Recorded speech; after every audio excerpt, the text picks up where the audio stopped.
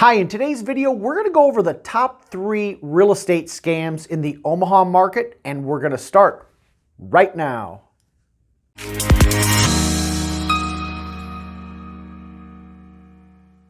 All right, now this first scam is directed toward renters, especially young adults who may be renting their first home. Now, the way this scam works is what the scammer will do is they'll take a listing, let's say it's a listing for sale, and then what they'll do is they'll take the photo and they'll post it to social media, or they'll post it to Craigslist. And what they'll say is they'll give a pretty good rent to it, and they'll say, hey, this property's for rent, and in order to see it, you need to send a deposit first. Well, guess what? They're off in some other state and that sort of thing, and you'll never see the property, nor will you ever rent it. What they're actually doing is they're scraping the listing off a site like Zillow or off an agent's website. And what'll happen is the buyer will just drive by, and then I'll get a sign call and they'll say, hey, I'm inquiring about the property for rent. I'd like to see it. They think the for sale sign is actually a for rent sign.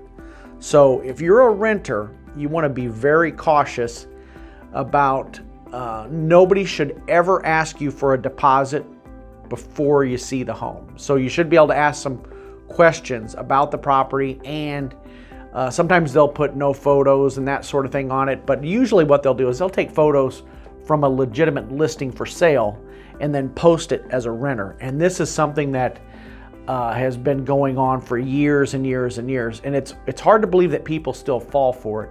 But if you're a renter, and especially if you're a young renter, you want to be very aware of this. And I have this conversation probably every quarter with a potential renter. Say, hey, do not send them money. So just be aware of that scam because it's out there, and you want to be aware of it.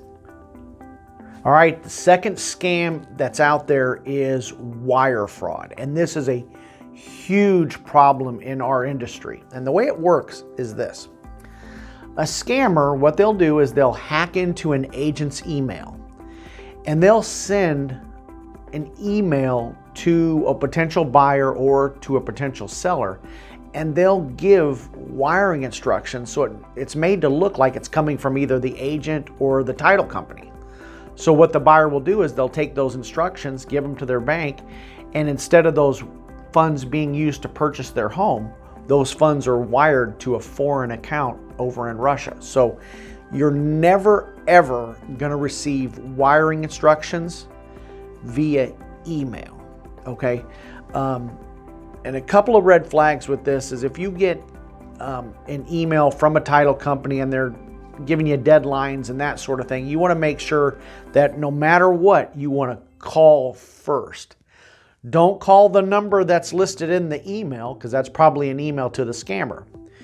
You want to call your agent directly or the title company directly. In fact, this is such a big deal, and this has happened several times in our market, okay?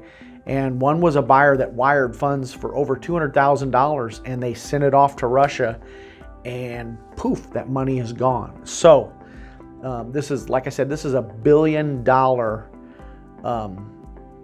threat to our industry from scammers. So the FBI is well aware of it and that sort of thing. But long story short, you want to make sure that you call first, but you're never going to receive wiring instructions. In fact, what they do is when you go to buy or sell a home, they'll make you sign a form making you aware of this. It's called a wire fraud addendum. So just something you want to be aware of. But again, it's out there. It's happened. I know 2 instances where it's happened in our market directly, and one was for over $200,000. So you want to be aware of it and that sort of thing.